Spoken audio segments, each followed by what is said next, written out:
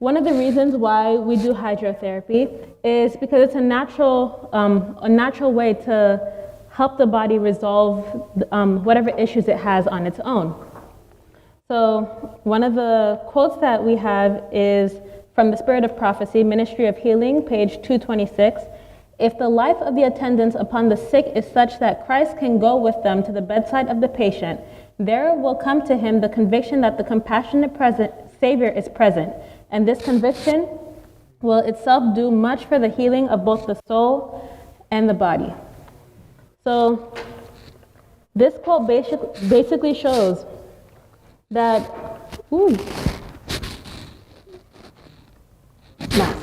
it basically shows that we have a job to do to show people Christ. And one of the ways that we can do that is through hydrotherapy.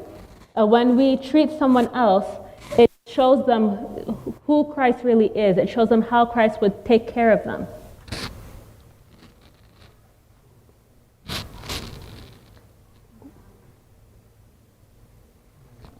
So another reason why we do hydrotherapy, in the Spirit of Prophecy, Ellen White says, in order to have good health, we must have good blood, for the blood is the current of life. It repairs waste and nourishes the body. The more perfect the circulation, the better this work will be accomplished. So hydrotherapy works mainly through circulation. What we're doing is we're trying to help the blood to move throughout the body in the way that it's supposed to. So when you have a disease, what helps to fix the disease is the movement of the blood throughout the body, whether that be bringing more oxygen to an area or whether that be bringing more white blood cells. We need the blood to be able to move, to bring those nutrients that it needs and to take away the waste.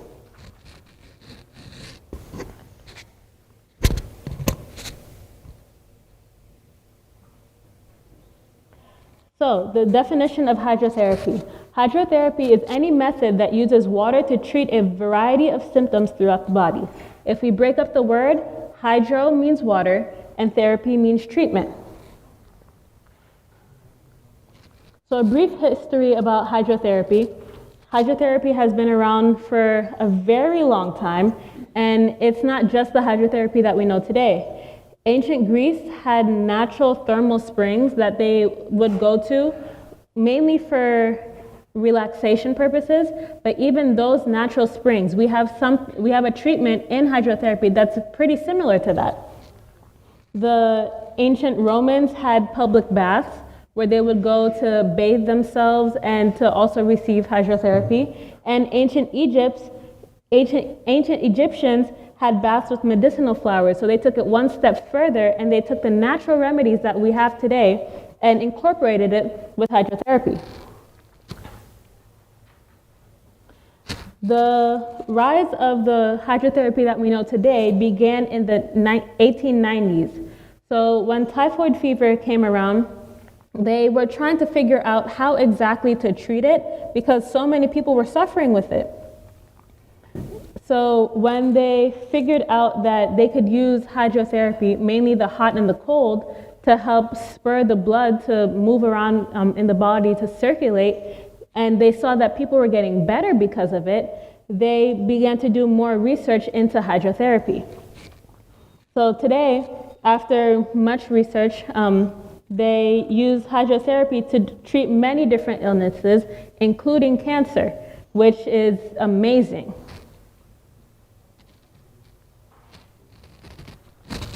So, why does water work so well? There are 4 reasons why why water works so well in hydrotherapy. It can absorb and transfer large amounts of heat by contact. It can produce intense thermic impressions instantly.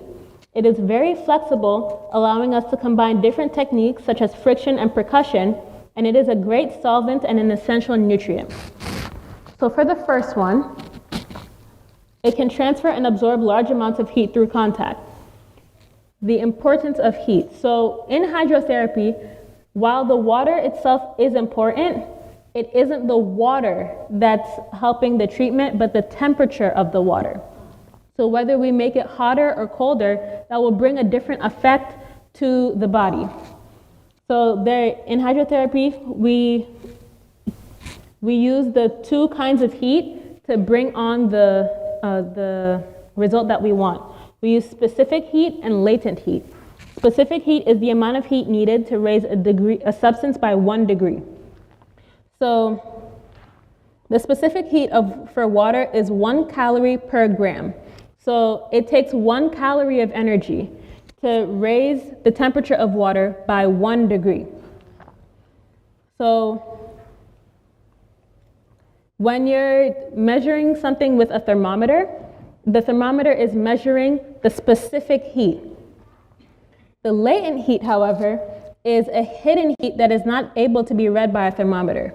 So with the latent heat, for example, when we're looking at an ice cube that's melting, when it goes from ice to water, it still maintains that same 32 degrees. Even during that transition time, it still maintains 32 degrees the entire time. However, that you can see that there's a difference in the form of the water. It's not ice anymore, it's become water. So, and we know that to be melting, so we know that it's the amount of heat that it's losing that's causing it to melt. But it's amazing because we still know that it's still 32 degrees. It hasn't gone from 33 to 31 degrees. It maintains 32 degrees that entire time. So that in itself, it has a big impact on how we do hydrotherapy. When we're applying heat in hydrotherapy, specific heat has a big impact in treatments such as the hot foot bath and the fever treatment. So the hot foot bath is basically when you're you have your feet in a tub of water and you're just sitting there wrapped in a blanket, and the temperature of the water increases as you go on. So with that, the specific heat of the water, with it rising, it causes the body to absorb more of that heat.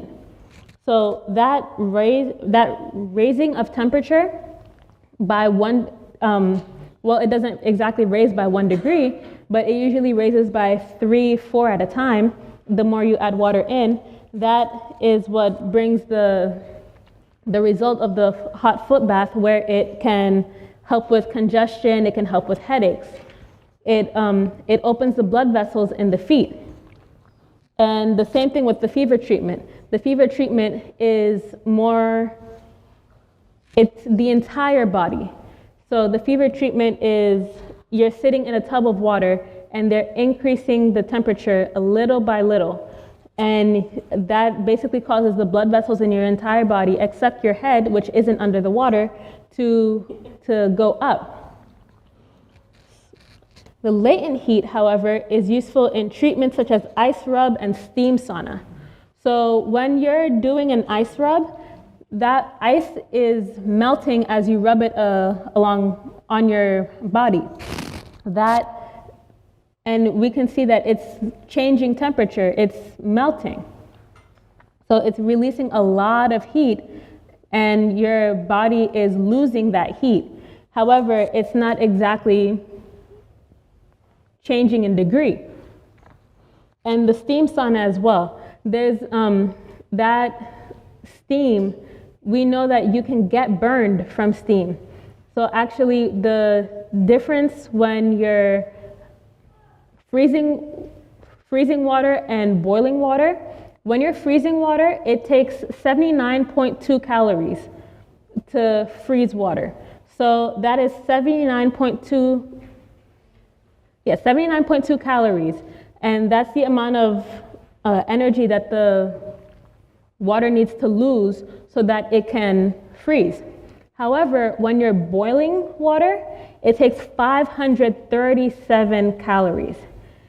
That's why steam it can burn you very easily.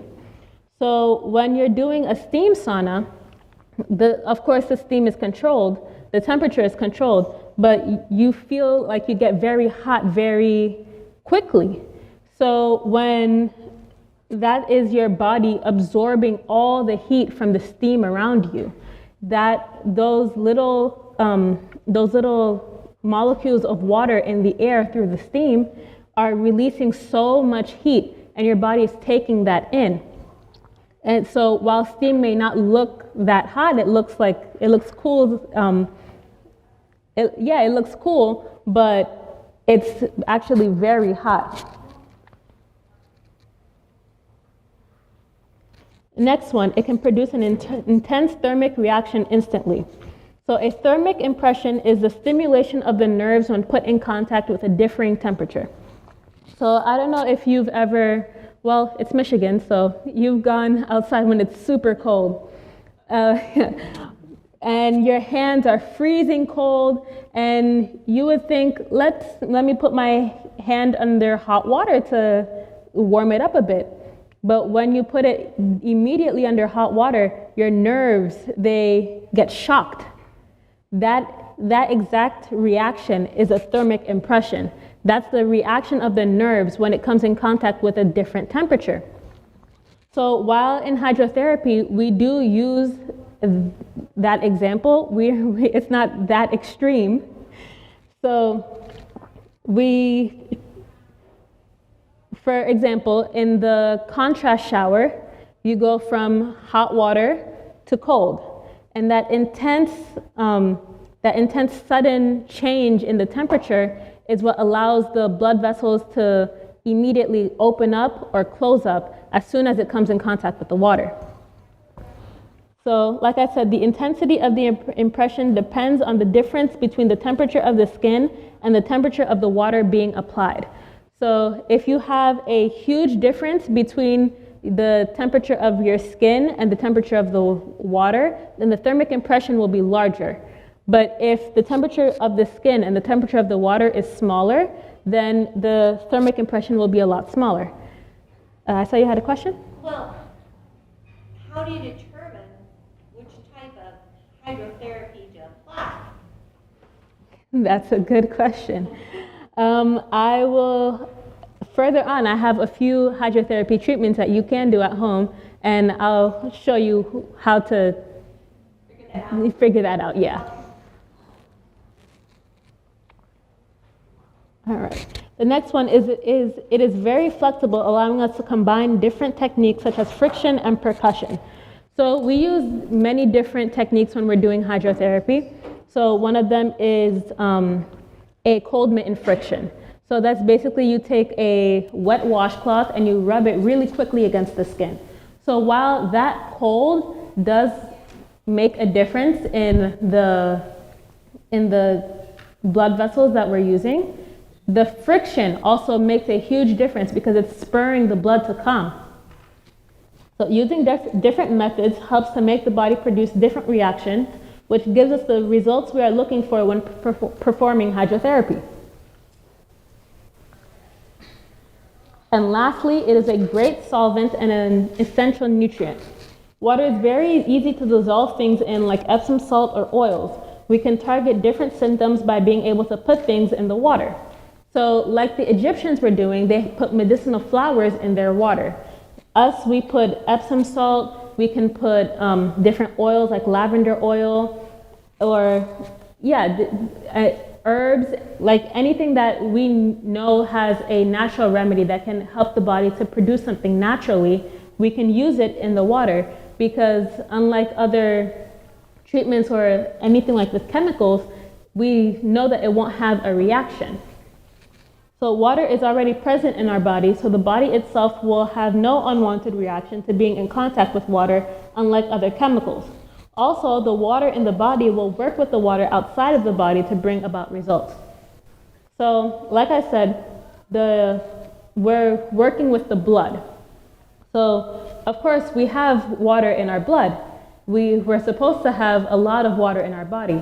And that water that's inside of us, it will work with the water that's outside of the body to help change the temperature, and which is what we're looking for in hydrotherapy. how much water is there in our body?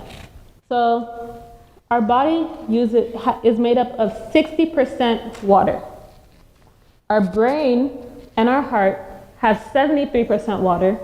Our skin is 64% water. Our lungs is 83% water. Our muscles and kidneys, 79% water.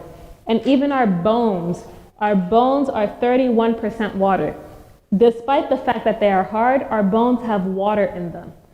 So all that water that's in our bodies, it has an effect when we're doing hydrotherapy. That's why hydrotherapy works so well. It works with what the body already has to bring about a different result. So this quote is very important. In order to have good health, we must have good blood, for blood is the current of life. It repairs waste and nourishes the body. The more perfect the circulation, the better this work will be accomplished. Hydrotherapy is all about moving the blood. Like I said, the blood has the waste in it, it has the hormones in it, it has the oxygen in it, it has the cells, the red blood cells, the white blood cells in it, and all of those things work together to help change things in the body. So if we move the blood, we can help the body.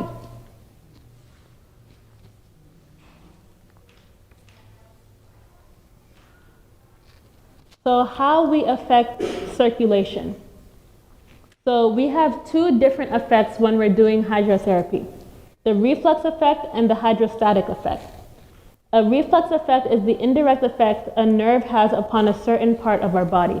So much like the example here where you see the hammer hitting the knee, if you go to the doctor and you get that test done, your knee moves automatically. So it's essentially the same thing with your blood vessels. When it has a large thermic reaction, your blood vessels can change in one place or another.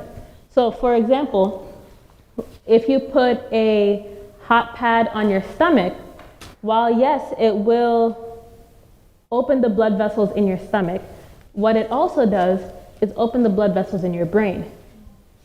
Same thing for the feet. When you put your feet in hot water, it opens the blood vessels in your feet, but it also opens the blood vessels in your brain. So knowing that there are many different reflex effects throughout the body that can help influence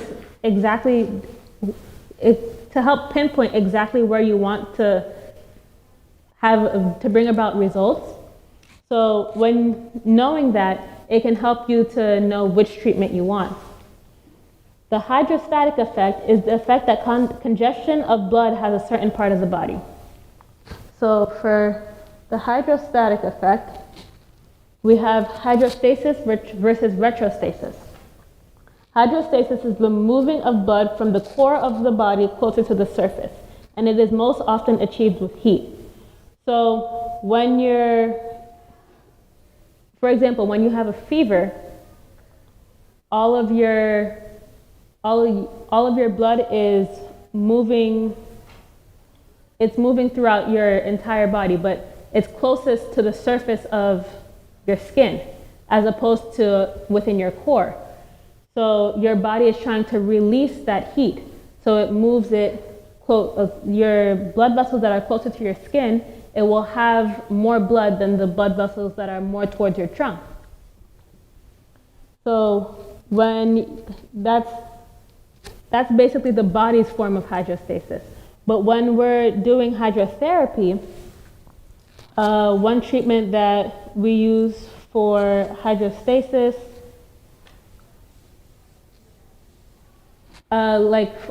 we have hot fomentations. So a fomentation is basically like a hot pad. So when you put that on a certain part of the body, it'll open the blood vessels in that specific part, and the blood will move closer to your core, where your body is trying to keep your core warm, to that specific area where you put the hot pad. Retrostasis is the moving of blood from the surface of the body closer to the core, and it is most often achieved with cold. So that's one reason why when you go out in the cold, you might feel that your trunk is warm, but your arms, your legs, especially your fingers and your toes are cold. Your body takes all the blood, not all the blood, but it takes the majority of the blood from your limbs and it moves it closer to the trunk because you have many vital organs here. And if these get cold, then your body basically starts to shut down. So with the heat that the blood brings, it moves it to your trunk so that you can be able to sustain life here while it can more readily get rid of your limbs. So in hydrotherapy, the way that we do that is basically with cold. When we put a cold compress somewhere, it moves, it closes the blood vessels in that certain area, and it helps move it somewhere else. So, for example, if you have a fever, that's why you put a cold compress up here, so that it can help move the blood from your brain, stopping your brain from getting too hot, and it helps move the blood to all the other parts of your body.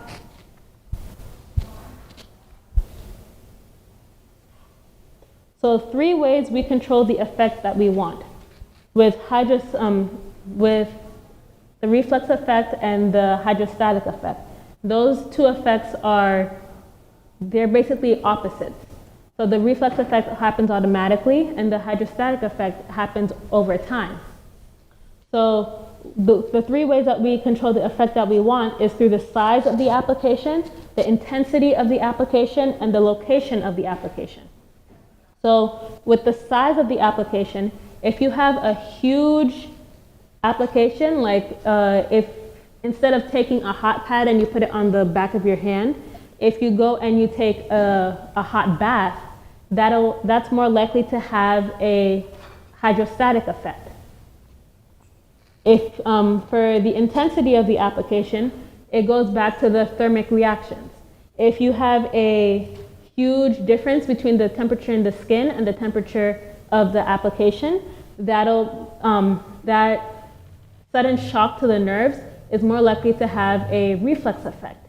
But if you leave that on there for longer, it'll bring about a hydrostatic effect. And the location of the application. So if back with the reflex effect, the way that it can influence a different part of the body depending on where you put it. Like I said, if you have a hot foot bath, it'll affect your brain as well. The location of the application, it's more likely to have a reflex effect on a different part of the body depending on where you put it.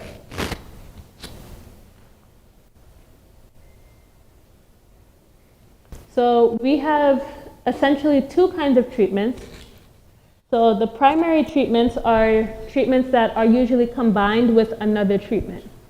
So we have the hot foot bath, a cold mitten friction, a cold compress, a hot fomentation, and a contrast shower.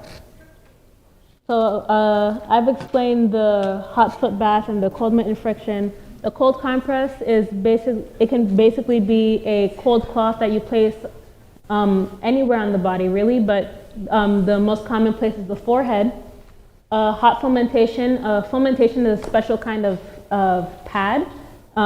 It's a heating pad that is made with clay, but it's basically a reusable heating pad. And a contrast shower. A contrast shower is, you do 3 minutes of hot and 30 seconds of cold. And with each cycle, it's usually 3 cycles, and with each cycle that you do more intense hot and more intense cold. So that huge temperature difference has an effect on the blood. Our secondary treatments are the more intense treatments, you can say. The general revulsive, the Russian steam bath, fever treatment, wet sheet pack, neutral bath, and steam sauna. So the general revulsive is a combination of Many of the primary treatments, it has the hot fermentation, it has a hot foot bath, it has the cold compress. The Russian steam bath is, it has a combination of the hot foot bath and it's basically pumping steam while you're under a blanket. So it's like a sauna that you can do at home, kind of. A fever treatment is probably the most intense hydrotherapy treatment. I explained it a little bit, but you're basically sitting in a tub of hot water that's constantly increasing, spurring on a fever within you, and that fever helps. That's the treatment that we use for cancer. That constantly doing that fever treatment, it helps to kill off the cancer cells. The wet sheet pack is you're laying down in a sheet that's wet, and your body heat basically warms up the sheet. So while you feel cold at first, eventually you do warm up. The neutral bath is it's good for people with anxiety, for people who people who can't sleep at night. It helps to calm the nerves. It's a very calming bath. And the steam sauna, it's basically sitting in a room full of steam, and it induces your body to raise its temperature.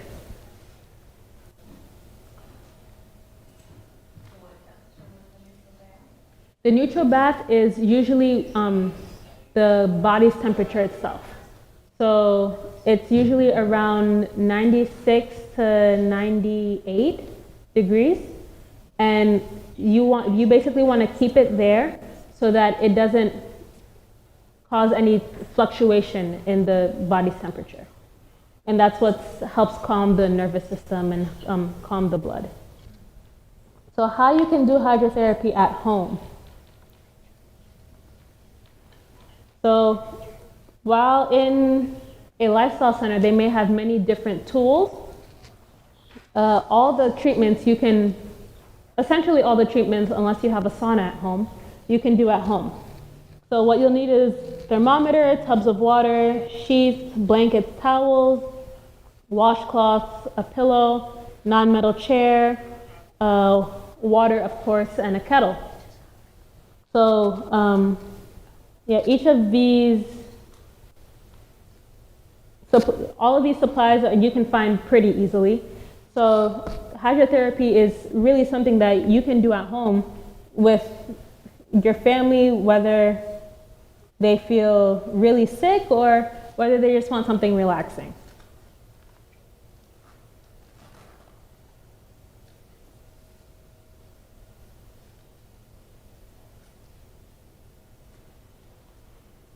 Okay. So before you do hydrotherapy, you want to make sure that whether it's you doing the hydrotherapy on yourself or you doing it to a patient, you want to make sure that the person is hydrated. So like I said, the body requires a lot of water to work properly. And if you're doing hydrotherapy and you're not properly hydrated, that can bring on a different reaction than you anticipated, or it can have even a more extreme reaction because the body is trying to figure out what to do without having the water, especially if you have a hot treatment. Be sure to check vitals before you start. So you want to make sure that you can check the person's temperature, their heartbeat, and their blood pressure, so that you can be aware if any large fluctuation comes, so that if anything goes wrong, then you know their blood pressure started at this, it should not be this high. Another one is never do intense hydrotherapy alone. So for the secondary treatments, for these ones, you don't want to do hydrotherapy. You don't want to do it alone. For the first ones, you can do them alone. You can do them by yourself. But if you're doing it, whether you're doing it for someone else or whether you're doing it for yourself, you don't want to do it alone. especially for the fever treatment. If fever treatment is very intense, people, they basically lose the sense of like how to take care of themselves. They're very groggy. They're very, how do I say this? Disoriented, yes, when they receive a fever treatment. So when you don't want to, if you're doing it for yourself, you don't want to not have someone to help you if something happens. Or if you're doing it with someone else, you don't want to be alone while something is going wrong. I actually have I had someone that I knew that died because they tried to do a fever treatment by themselves. They raised their temperature too much and their body started shutting down, and there was no one at home for them to call out for help to. So yeah, they ended up dying. So it's very, you don't want to do it by yourself, essentially. And the last one, you always want to pray before a treatment. Even while we try to control all the variables that we can, but we never know what's going to happen. We never know what the body is really going through ourselves, and only God knows that. So the only thing that we can do, the only thing is to ask God to take control, to let Him do what needs to be done during that treatment, and yeah, leave it all in His hands. So to answer the question of how to know which treatment to do,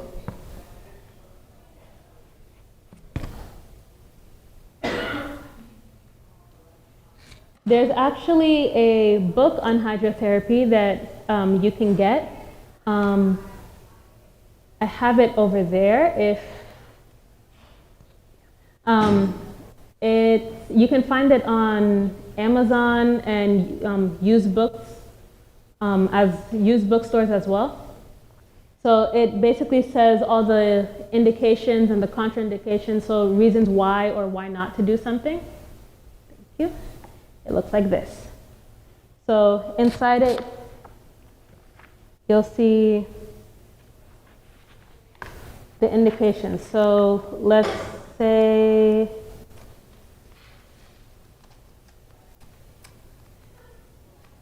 the wet sheet pack. It says the indications are, the cooling stage is antipyretic in fevers, so it helps to bring down a fever. The neutral stage is, it helps with insomnia, mania, delirium, restlessness, nervous exhaustion, nervous indigestion, and hypopepsia. That's and the heating and sweating stage, it helps with alcoholism, nicotine poisoning, gout, bronchitis, common cold, influenza, and jaundice. So one thing that I didn't really speak on is how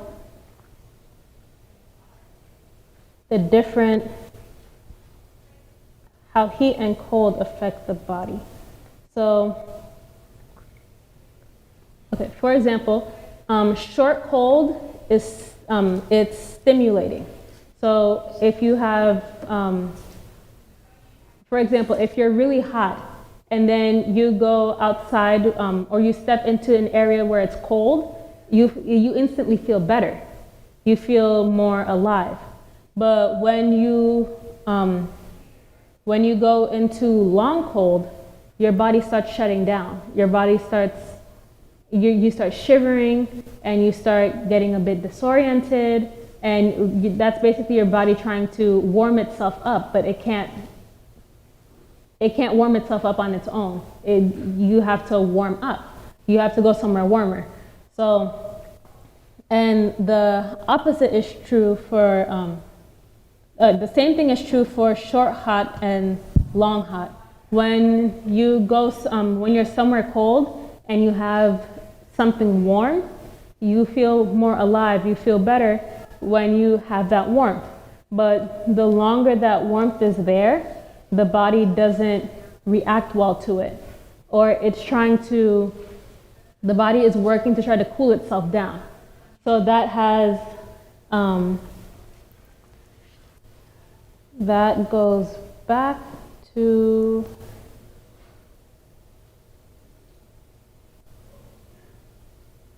give me one moment.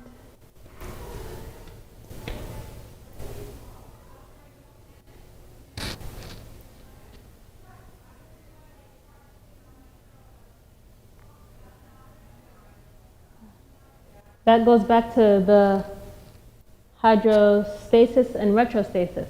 When the body is trying to warm itself up, it'll move all the blood to the core. But when the body is trying to cool itself down, it'll move all the blood to the surface of the body and your limbs, where it's more able to release that heat. So we can see with the wet sheet pack, for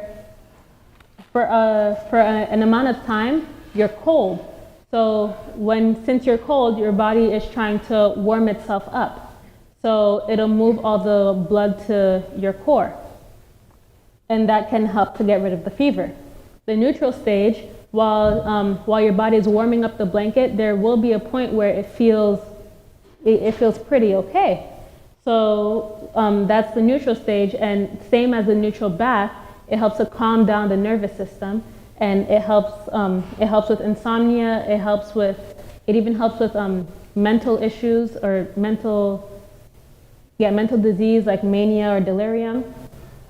And the heating stage helps to induce the body to sweat, and that helps with alcoholism, nicotine poisoning, gout, the common cold, and influenza.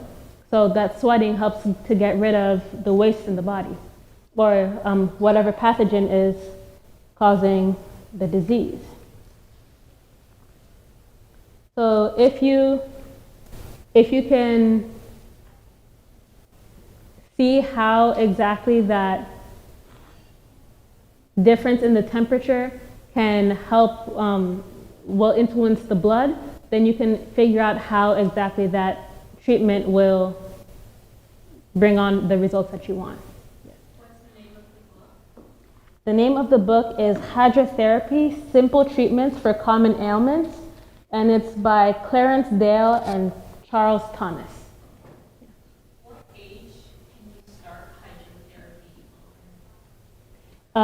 hydrotherapy? The secondary treatments are not recommended for small children, so usually from the age of like 10, it's not recommended for children of that age, but the primary treatments can be done for anyone really. There are a few things that you want to look out for. So people with, if they can't handle large differences in temperature, if they have diabetes is a big contraindication. It can have a large effect on the nerves and being able to sense that heat. So if you have diabetes, it can really affect the hydrotherapy that you're trying to give to a person. If they have sluggish circulation, you want to be able to keep that in mind so that you're not spurring on the circulation too quickly, because that can also cause dizziness, and that can also cause a person to essentially pass out. And if they have general weakness or low endurance, that's something that you want to be mindful of. Mm-hmm. Mm-hmm. If you, sorry, honey. If you have,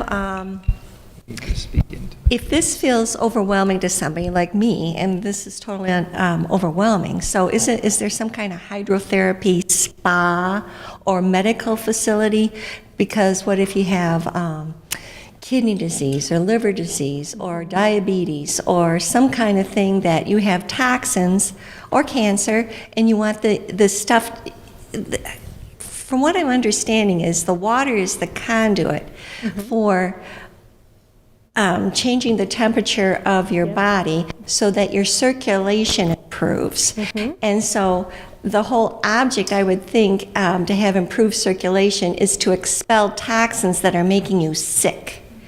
Am I understanding this correctly? Yep. So where can the average Joe who is overwhelmed by all this information can go? Is there a place that we can just go and say, can you give us, like, instead of in addition to like a massage therapist and a chiropractor, is there a hydrotherapy facility anywhere? Well, there are a few. Heartland does have a lifestyle center, and they do specialize in hydrotherapy. Hydrotherapy is the main product that they use for their cancer care treatment and their lifestyle changing treatment or program. Yes, Heartland College. Oh, Heartland College. Where's that located? It's in Virginia. Oh, Yeah. there's got to be other places. They can't be the only place. There aren't many. At the moment, Adventists are the ones who really use hydrotherapy. So I know there's also, I think it's Wildwood, yes. Wildwood has a treatment, it has a lifestyle center. I think Eden Valley is one as well. Eden Valley, and what was the other one before that? Wildwood. Wildwood. And if we Google these places, we can find their locations. Yep. Because if you've got somebody who's got a chronic condition that you want to help stall the onset of something worse, you'd be willing to go somewhere.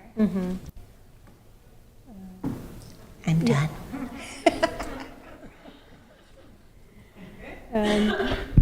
And to answer your question, we have a program called, sorry, I'm right here. We have a program called Health Immersion that we normally have, and we have one starting next year in April, where we do have a variety of hydrotherapy treatments that are conducted, and most of the ones that Amy has mentioned will be done. So we do have it here at church, and you can sign up for it, and the clinic that will be opening will also have a hydrotherapy facility as well. Here, Yes, we have a village clinic, village health clinic coming up soon. That's opening just across the street. So yes, we will be having hydrotherapy here in Berrien Springs. well, how does somebody, Hello. How does somebody keep track of when that facility opens so they can book themselves as soon as possible? So we have a waiting list. We have a waiting list, and we also have a sign-up sheet at the entrance. When you're entering, you signed up. We will be sending you notifications about our health-related items. And you can always call the village church office. Village church office number will be given to you right now, and we can sign you up.